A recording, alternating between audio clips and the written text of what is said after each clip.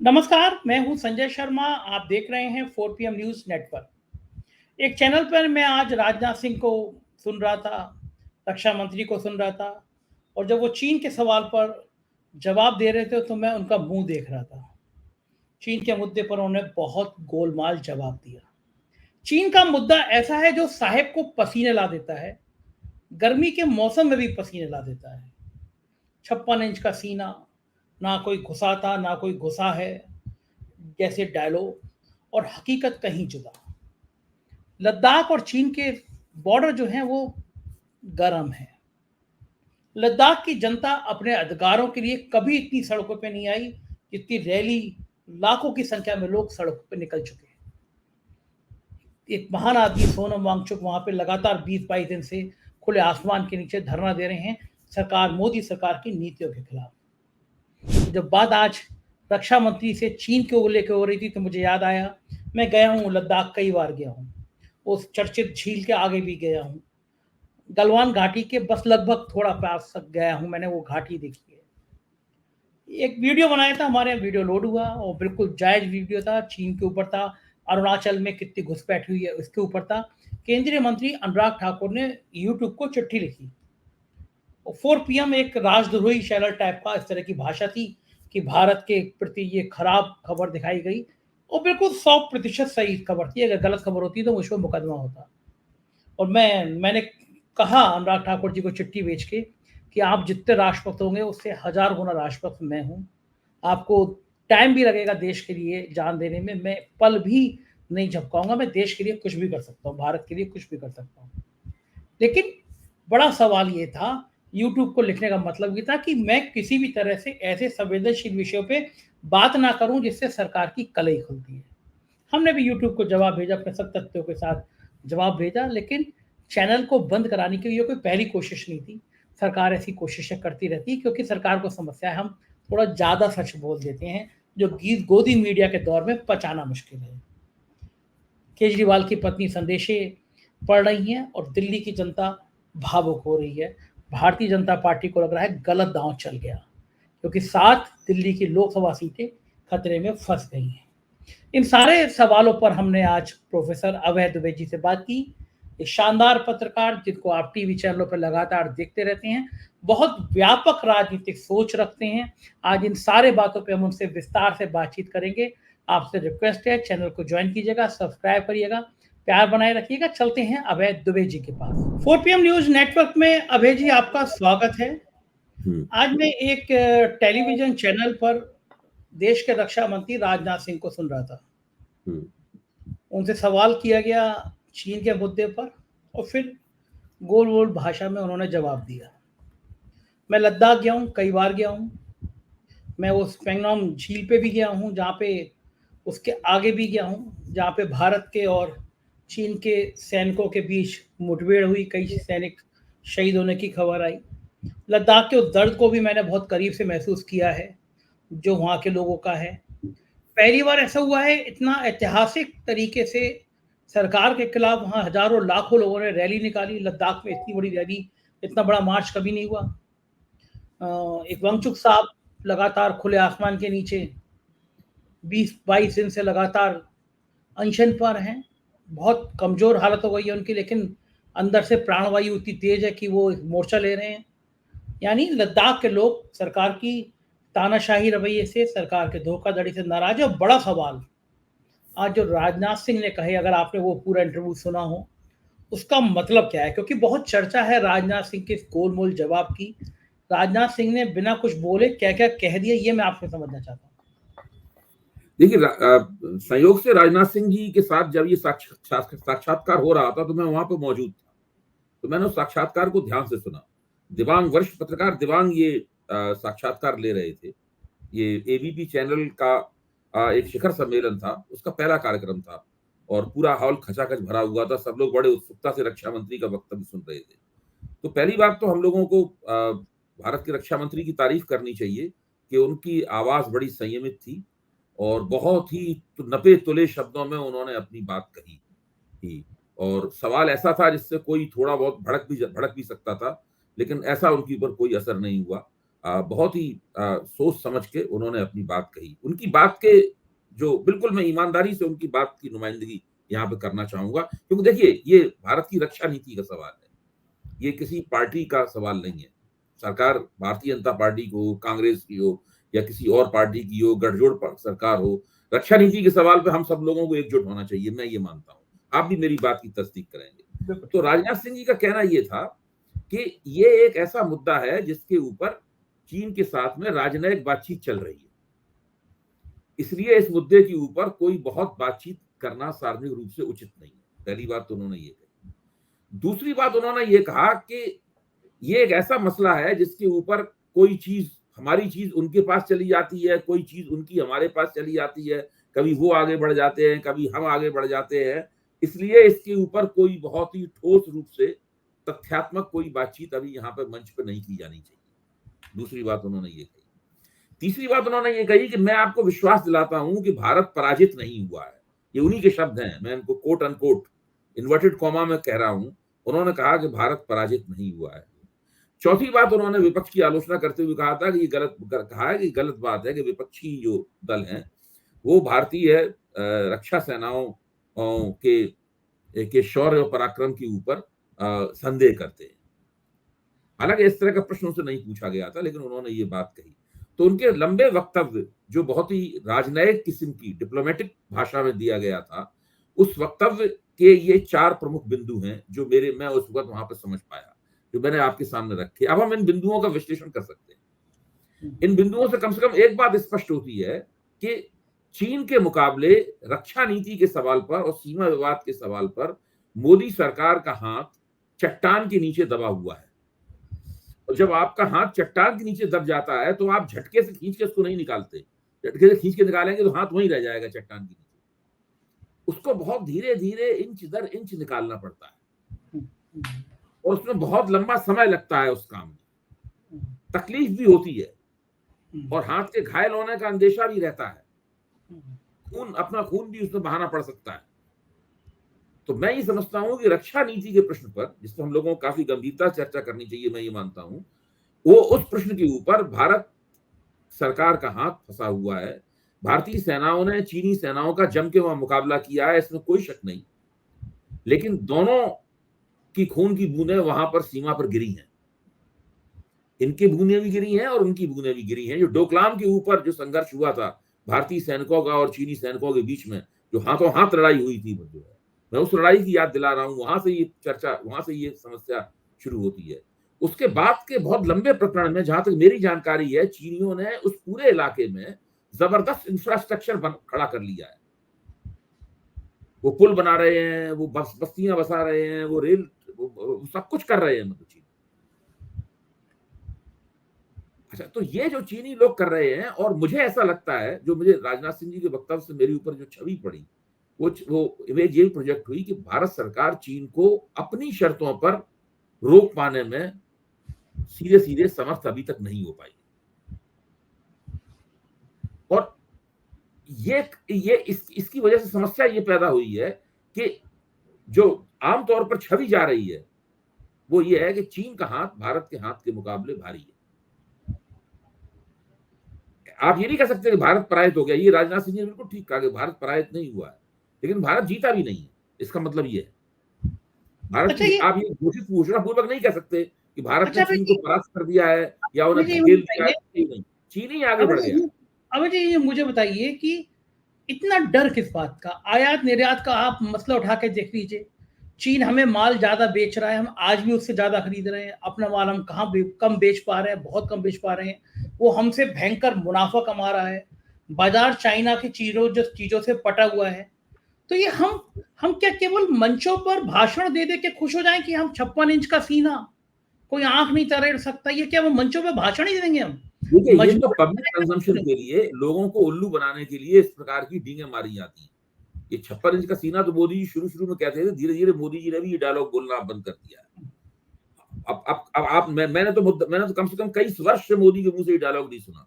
2014 के चुनाव के बाद में उन्होंने ये डायलॉग बोलना बंद कर दिया। और खास तौर से डोकलाम घाटी के अंदर, डोकलाम में गलवा घाटी के अंदर ये पूरा जो हुआ है चीन के साथ भारतीय सैनिकों का जो खूनी संघर्ष हुआ था, उस खूनी संघर्ष के बाद तो ये बात बिल्कुल नहीं बोली जा रही है।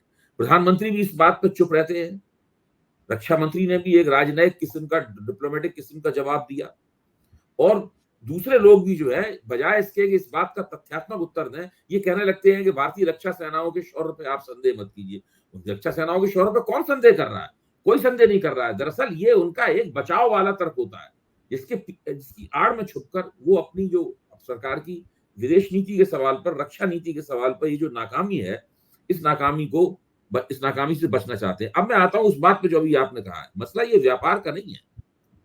मसला ये नहीं है कि चीन का कितना माल भारत में बिक रहा है और भारत कितने माल को बिकने से रोक पा रहा है। भारत दरअसल चीन के किसी माल को बिकने से न रोक पा रहा है, न रोकना चाहता है। आप दिल्ली में कनॉट प्लेस चले जाइए, चीनी माल दबा के बिक रहा है, और हर चीज, मतलब आप सेलफोन से लेके न जाने क्या क्या बिक रहा है। अमेरिकी उत्पाद जो है, बहुत सारा अमेरिकी उत्पाद जो है, क्या दिल्ली के कनॉट प्लेस में या दिल्ली में दूसरी जगहों पर आईफोन की दुकानें नहीं है?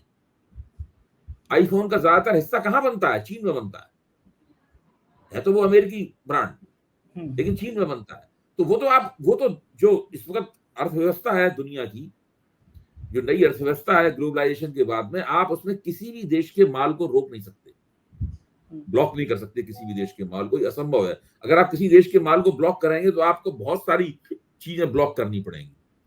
वो तो कर ही नहीं सकते। वो तो केवल पब्लिक को उल्लू बनाने के लिए सब बातें की जाती हैं। पब्लिक भी जानती है ये लोग झूठ बोल रहे हैं, ये सवाल नहीं है। असली प्रश्न ये है कि दोनों की रक्षा संबंधी क्षमता में बहुत फर्क है। ये भारत और पाकिस्तान का रिश्ता नहीं है, ना भारत और बांग्लादेश का रिश्ता है, ना भारत और म्यांमार का रिश्ता है, ना भारत और श्रीलंका का रिश्ता है, जहां भारत का हाथ बहुत भारी है रक्षा सेनाओं के मामले में, रक्षा क्षमताओं के बारे में। ये चीन का मसला है, जिससे 1962 का युद्ध भारत हार चुका है। ये इतिहास में दर्ज है कि भारत ने 1962 का युद्ध हारा था। मैं ये नहीं कह रहा हूं कि अब दोबारा युद्ध हो तो 1962 जैसा हश्र होगा। भारत की सेनाएं अब उतनी कमजोर नहीं रही, वो बात नहीं है। भारत बहुत ज्यादा तैयारी में है, लेकिन वो युद्ध भारत जीत नहीं सकता है। या तो वो लंबा चलेगा, या उसमें भारत को नीचा देखना पड़ सकता है। और ये भारतीय सेनाएं भी जानती हैं, ये भारत की सरकार भी जानती है। भारत की सरकार और सेना जो जिस चीज को आप डर कह रहे हैं, अंदर कहीं ना कहीं डर है। अब इस बात को सार्वजनिक रूप से नहीं कहा जा सकता। भारतीय सेनाएं थोड़ा कहेंगे कि भाई हम चीन से कमजोर हैं इसलिए हम फंसे हुए हैं इसमें। कोई भी नहीं कहेगा। ये रक्षा मंत्री ये कहेंगे, ना प्रधानमंत्री कहेंगे, कोई भी ये नहीं कहेगा। कोई नहीं कहेगा। अबे जी मैं पूरी तरीके से तैयार हैं, हम हर एक का मुंह तोड़ जवाब देंगे। जवाहरलाल नेहरू भी 1962 में यही तो कह रहे थे। जवाहरलाल नेहरू भी 1962 में यही कह रहे थे। ऐसा तो कोई भी नहीं कहेगा। कहा भी यही जाता है। बात असली बात यही है कि भारत सरकार चीन से इस सीमा विवाद में फंस गई है, और चीनी लोग हैं बहुत ही, जिसे कहते हैं नहीं, बहुत ही कुटिल। मैं बदमाश शब्द का इस्तेमाल नहीं करूंगा, वो बहुत ही कुटिल है। इनको उनका स्टाइल है सलामी स्लाइसिंग का। सलामी होती नहीं, उनकी स्लाइसिंग करती चलती जाती। तो वो उनके बारे में मजाक में चीनियों के बारे में कहा जाता है कि अगर उनके 10 देशों के साथ सीमाएं मिलती हैं तो उनका 15 देशों के साथ सीमा विवाद है। ऐसा कोई देश ही नहीं है इनके साथ उनका सीमा विवाद ना हो। भारत के साथ तो उनके सीमा विवाद बहुत पुराने हैं, और उन चीनियों की आदत है दूसरे की सीमा में कुछ ना कुछ हिस्सा हड़प लेने की। ठीक बात है। और इस चक्कर में भारत भी फंस गया है। और नरेंद्र मोदी ने पूरी कोशिश की थी, शुरू में उनके नेता को शिनपिंग को यहाँ बुलाया था, उनको झूला झुलाया था, ये सब किया था। ये सारा का सारा मामला फ्लॉप हो चुका है पूरी तरीके से। चीन एक बहुत ही शक्तिशाली देश है, न केवल उद्योग व्यापार में, न केवल मैन्युफैक्चरिंग में शक्तिशाली है, बल्कि वो रक्षा के मामले में भी दुनिया के 5-7 शक्तिशाली देशों में से एक है। भारतीय सेनाएं, भारत की जो फौजी तैयारी है, वो अड़ोसी पड़ोसी देशों का मुकाबला तो कर सकती है, उनसे तो बेहतर है, लेकिन वो चीन से बेहतर नहीं है। ये कोई, यहां तक कि भारत के थल सेना अध्यक्ष ने भी कहा है कि देखिए ये मसला जो है नाजुक मसला है। वो बार बार कहते हैं बयान, भारत थल सेना देते हैं, ये मसला एक नाजुक मसला है और इस नाजुक मसले को बहुत ध्यान से सुलझाना पड़ेगा। ये बात भारत के थल सेना अध्यक्ष की तरफ से भी कही जाती है, क्योंकि चीन के मुकाबले जो आप डींगे मारते हैं, उन डींगों की भी एक सीमा है। पाकिस्तान के मुकाबले आप बहुत सारी डींगे मार के निकल सकते हैं, लेकिन चीन के मुकाबले अब ज्यादा डींगे मारेंगे तो समस्या में फंस सकते हैं। अच्छा, दूसरा एक चीज और मैं देखता हूँ कि मजाक भी बहुत उड़ जाती है ना, जब गलवान घाटी वाला मसला हो गया था, हमारे सैनिक मर गए थे और सब कुछ हो रहा था, फिर एक जी सम्मेलन में प्राइम मिनिस्टर खुद उठ के पहुंच गए उनके पास में हाथ मिलाने के लिए, तो बड़ा जी ट्रोल हुए थे प्रधानमंत्री की, कहाँ तो बात आंखें लाल करने की थी और कहाँ बात सरेंडर कर गए राष्ट्रपति के सामने। मैं एक बहुत बढ़िया किस्सा बताऊंगा आपको। मैं अरुण जी, अभय जी, मैं गया था लद्दाख और पूरा इलाका घूमा था, फिर मैंने लौट के एक वीडियो बनाया था। 100% सही वीडियो था, वहां के लोगों से बातचीत थी और नक्शा क्या है उसके ऊपर डिस्कशन था। लेकिन चीन के ऊपर बात करने से, या हमारे कितने सैनिक मारे गए, या अरुणाचल का कितना हिस्सा कब्जा लिया चीन ने, इस मुद्दे पर बात करने से सरकार इतना डरती है। जैसे ही मैंने वो वीडियो लोड किया, अनुराग ठाकुर ने बाकायदा यूट्यूब को चिट्ठी लिखी और देशद्रोही चैनल के रूप में लिखा कि 4PM ने ये एक भारत के संग, नक्शे के संग, और इस तरह की भाषा थी वो, कि मतलब मैं देशद्रोही हो गया, चैनल मेरा देशद्रोही हो गया क्योंकि मैंने उस मुद्दे पे सवाल उठा दिया। यूट्यूब ने मुझे मेल करके पूछा कि आपके देश के मिनिस्टर अनुराग ठाकुर की तरफ से 4PM को लेटर गया ही है। मैंने जवाब दिया कि इसमें कुछ भी गलत नहीं है। अब उनके समस्या ये है कि सरकार को डर होता है कि कभी चीन का नाम लेके अगर बात कर ली, जनता को पता चल गया कि हमारे कितने सैनिक कितने किलोमीटर पीछे आ गए हैं, तो बहुत असहज स्थिति हो जाएगी। इसलिए चीजों को छुपाया जाता है। लेकिन क्या इस दौर में ये चीजें छुप पाती हैं? किसको नहीं पता कि चीन नहीं, हमारी देखिए ये सीमा। चीजें छुप नहीं सकती। कांग्रेस ने और खासतौर से राहुल गांधी ने इस मसले को बहुत जोर शोर से और लगातार उठाया है। मैं ये मानता हूं कि विपक्ष की दूसरी पार्टियों ने उतने उत्साह के साथ इस मसले को नहीं उठाया है जितने उत्साह के साथ में कांग्रेस ने उठाया है। राहुल गांधी को मैं इसका श्रेय देना पसंद करूंगा। मेरा मानना है कि राहुल ने इसके ऊपर काफी मजबूती के साथ काम किया है। अब अगर विपक्ष, अब इसीलिए तो मैं कहता हूं कि अगर इंडिया गठबंधन की एकता ठीक से बन जाती पटना मीटिंग के बाद से, और फिर वो इस प्रश्न को उठाते, क्योंकि मुझे याद पड़ता है सोनिया गांधी ने जो 9 मुद्दे भेजे थे इनके पास, इन 9 मुद्दों के इर्द गिर्द हम एक न्यूनतम साझा कार्यक्रम बना सकते हैं, कुछ इस तरह की बात उससे निकल रही थी। उसमें एक ये मसला भी था, लेकिन चूंकि एकता बनी नहीं, अभी तक कोई न्यूनतम साझा कार्यक्रम बना नहीं, इसलिए ये मुद्दा उठाया नहीं गया। मुझे तो लगता है, बार बार कहता हूं, धीरे धीरे मुझे भी अपनी बातों, मेरे सुझावों पे हंसी आने लगी है, क्योंकि मेरी बात सुनता तो है नहीं कोई। आप ही सुनते हैं मेरी बात, केवल दूसरा कोई सुनता नहीं है मेरी बात। एक सेकंड अभी जी, एक मिनट रोकूंगा मैं जी आपको बाकायदा दस्तावेजी सबूत भेजूंगा। आपका शो भारत में तो देखा ही जाता है, आपका शो 5-5, 6-6 लाख लोग तो दिखते व्यू आते ही हैं। लेकिन अमेरिका में, लंदन से, ऑस्ट्रेलिया से मेल आते हैं ढेर कि आज अभय जी ने ये बात कही, आज अभय जी ने ये बात करी। पूरी दुनिया में आपकी बात सुनी जाती है। आप इस गलत फहमी मत रहिए, आपकी बात सुनी नहीं जाती है। नहीं नहीं, बहुत बहुत धन्यवाद। मेरा मतलब था कि जो राजनीतिक दलों को मैं आपके जरिए जो राजनीतिक दलों को संबोधित करता हूँ, वो मेरी बात नहीं सुनते। राजनीतिक दल नहीं सुनते। मैंने तो एक तरह से हंसी में यही भी कहा था कि भाई अगर इंडिया गठबंधन के पास कोई ऐसा बुद्धिजीवी नहीं है जो उनका न्यूनतम साझा कार्यक्रम बना सके, तो ये काम मुझे दे दिया जाए। मैं आपको बना के दे दूंगा, आप थोड़े बहुत संशोधन के साथ उसको स्वीकार कर लेंगे। ठीक बात है, बिल्कुल सही। उन्होंने मुझे भी काम नहीं दिया, मेरी राय भी नहीं सुनते। मैं रोज अखबारों में लिखता हूँ, आपके मंच पे बोलता हूँ, इधर उधर तमाम बोलता रहता हूँ। लेकिन इनकी सबसे बड़ी समस्या ये है कि अगर इन्होंने ठीक से एकता कर ली होती, तो आज ये राष्ट्रीय क्षितिज पर चीन ने जो हमारी सीमा में जमीन हमें दबा रखी है और हमारे सैनिकों के साथ में उसकी खूनी मुठभेड़ हुई और हम लोग अभी ठीक से उसका बदला भी नहीं ले पाए, ये चीज ठीक से दर्ज होती और ये एक तरह का चुनावी मुद्दा बनता, और ऐसा चुनावी मुद्दा बनता है जिसमें ये सब बातें सरकार पूरी तरीके से, सरकार का पोल खाता स्पष्ट हो जाता। मैं तो इसीलिए मैं कह रहा हूं कि इतने जटिल सवाल का राजनाथ सिंह जी ने कुशलता से जवाब दिया, और उन्होंने इस तरह से जवाब दिया, इसमें सुनने वाला एक बार ये सोचेगा कि भाई इस मसले पे चर्चा करने की क्या कैसी खास जरूरत है, इतना राष्ट्रीय सुरक्षा का मसला है। लेकिन हम लोगों को मसला जोर शोर से उठाना चाहिए, विपक्ष को मसला जोर शोर से उठाना चाहिए। आप देखिए कांग्रेस के अलावा किसने उठाया है मसला, ये कहीं कोई जिक्र ही नहीं करता है इस तरह की बातों का। अच्छा, जब बात राजनाथ सिंह की चली है, तो मैं अभय जी, आपको तो बहुत करीब से आपको राजनीति के नेताओं की जन्मपत्री पता है। कैसा लगता होगा राजनाथ सिंह को कि अमित शाह के मुकाबले उनका कद कितना कम कर दिया गया? नंबर 2 गृह मंत्री थे वो। रक्षा मंत्रालय बहुत छोटा मंत्रालय माना जाता है, महत्व भली बहुत हो, लेकिन वित्त और गृह ऐसे विभाग होते हैं जो बहुत इंपॉर्टेंट माने जाते हैं। कितनी जूनियर, निर्मला सीतारमन वित्त, अमित शाह गृह, राजनाथ सिंह पार्टी के राष्ट्रीय अध्यक्ष, जिस समय मोदी जी का नाम प्रस्तावित किया गया, उसमें राजनाथ सिंह की बहुत बड़ी भूमिका। क्या लगता है राजनाथ सिंह का जीवन का ये राजनीति के जीवन का ये अंतिम चुनाव होगा, जहाँ तक मुझे लगता है।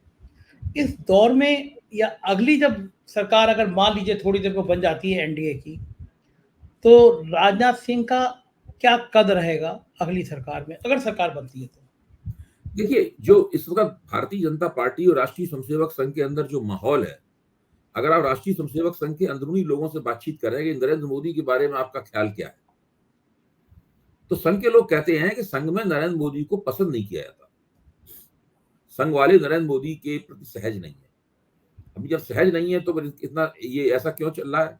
तो उनकी दिक्कत ये है कि चूंकि उन्होंने 2 चुनाव उनके नेतृत्व में जीते जा चुके हैं और वो सत्ता के उद्गम बन गए हैं, राष्ट्र सत्ता के उद्गम बन गए हैं, उनसे संघ को और भारतीय जनता पार्टी को चौतरफा इस तरह का लाभ हो रहा है, इसलिए कोई भी व्यक्ति उनको उनकी टांग पकड़ के नहीं खींचना चाहता।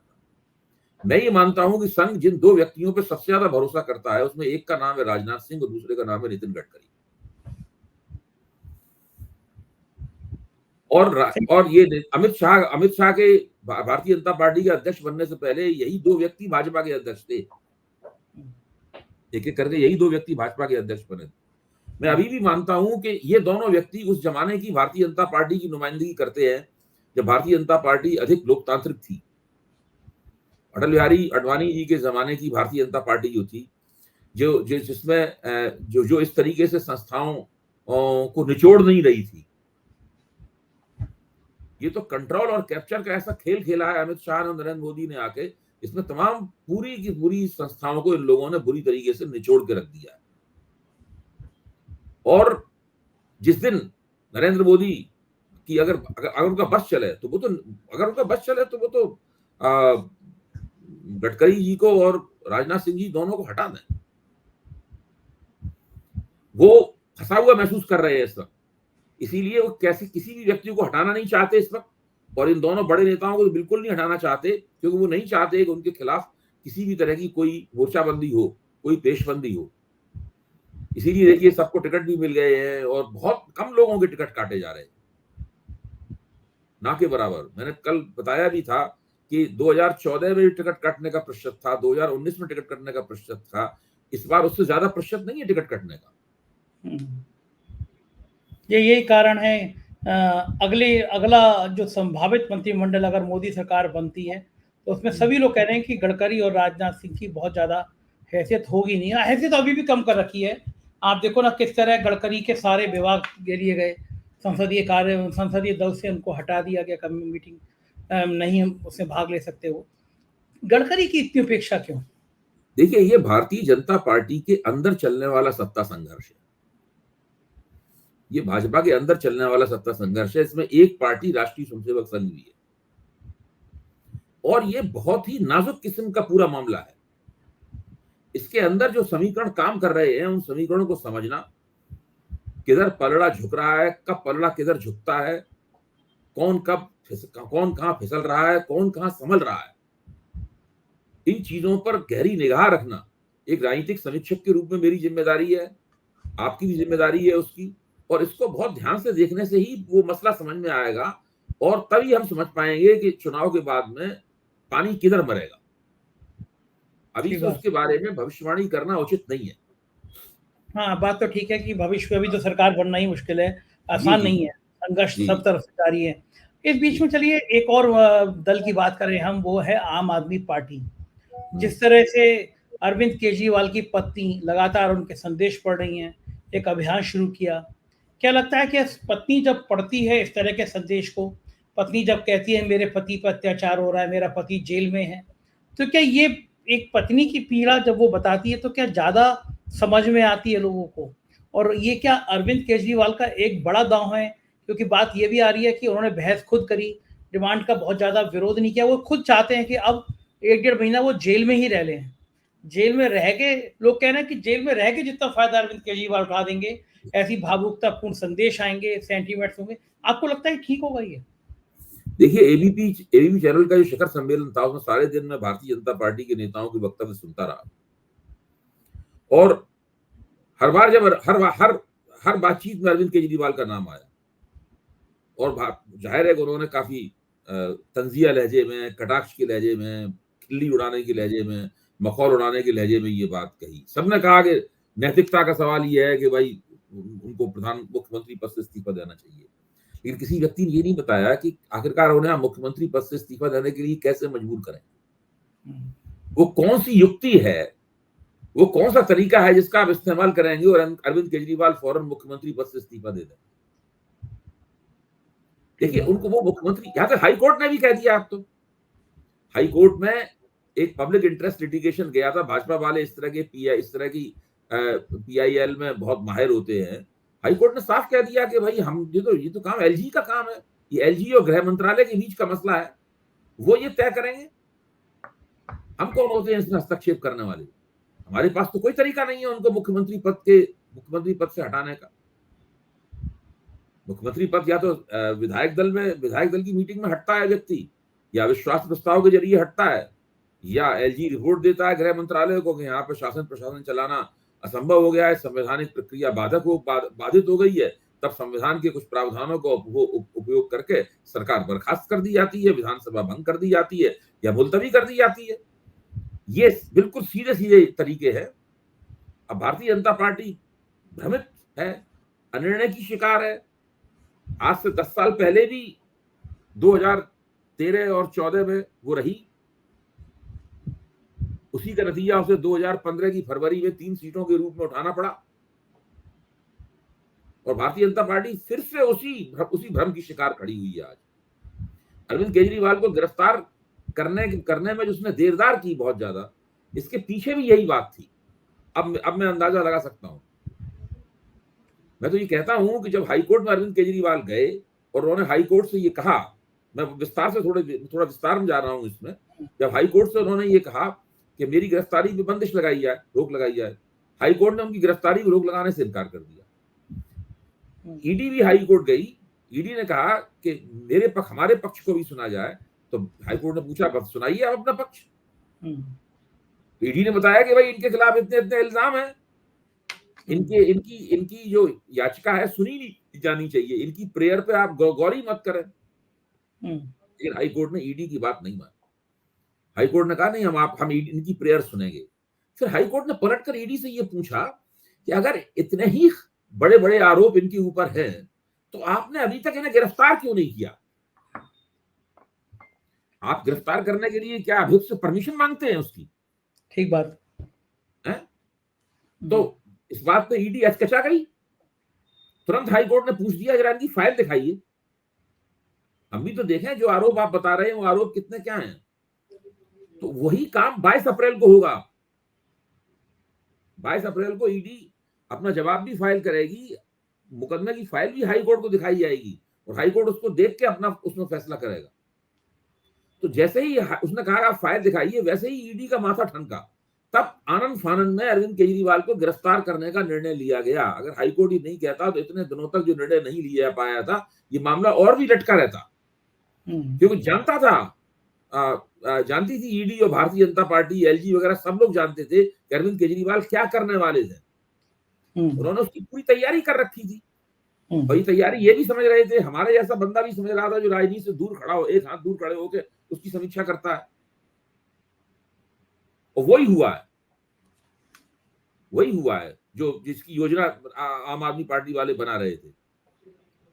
बिल्कुल ठीक कह रहे हैं। और ये जो मैं एक आखिरी सवाल आपसे पूछना चाहता हूं, खास तौर से दिल्ली की 7 सीटों पर जिस तरह से उनकी पत्नी संदेशें पढ़ रही हैं, वो जेल में है, भावुक वाली बातें कर रही हैं, क्या अरविंद केजरीवाल की पार्टी को, चूंकि कांग्रेस के साथ अलायंस है दिल्ली में, क्या एक बड़ी बढ़त मिल जाएगी? क्या भाजपा लग रही है कि दांव गलत चल गया उससे? देखिए, 2019 के मुकाबले इस चुनाव की परिस्थिति दिल्ली के संदर्भ में पूरी तरह बदली हुई है। न 2014 में कोई अलायंस था, न 2019 में कोई अलायंस। अब 2024 में कांग्रेस और आम आदमी पार्टी के बीच में समझौता है। 3 सीटें कांग्रेस लड़ रही है, 4 सीटें आम आदमी पार्टी लड़ रही है। आम आदमी पार्टी ने जिन उम्मीदवारों को खड़ा किया है, बहुत ही सोच समझ के बढ़िया तरीके से, रणनीतिक रूप से आगा पीछा देख के टिकट बांटे गए, 4 टिकट बांटे गए। मुझे सबसे ज्यादा तो हमेशा लगता है कि ये जो सही राम पहलवान को जो टिकट दिया गया है, वो एक ऐसा टिकट है जो कि आम आदमी पार्टी के लिए दिल्ली से एक पहला एमपी ला सकता है। वाह। आज तक आम आदमी पार्टी दिल्ली से कोई चुनाव नहीं जीती, एमपी लेकिन वहां से संसदीय। पहला, हाँ, जी, वहां से पहला एमपी आ सकता है। तो आम आदमी पार्टी ने बहुत अच्छी तरह टिकट दिए हैं, कांग्रेस ने भी अच्छे टिकट दिए हैं। चुनाव दिल्ली में टक्कर बड़ी जोरदार होगी। बिल्कुल ठीक बात। 2019 के अगर आंकड़ों के हिसाब से देखें तो लगता नहीं कि लोग कोई जीत पाएंगे, क्योंकि उनको बहुत, जो दोनों को मिला दिया जाए तब भी वोट उनके ज्यादा है, लेकिन उस हिसाब से इस चुनाव में फैसला नहीं होने वाला है। तब अब अल्पसंख्यक वोटों में बंटवारा हो गया था, बहुत सारे वोट बर्बाद हो गए थे, जो गैर भाजपा वोट बर्बाद हो गए थे। अब वो वोट बर्बाद नहीं होंगे, अब उनका बड़े अच्छे तरीके से ध्रुवीकरण होगा।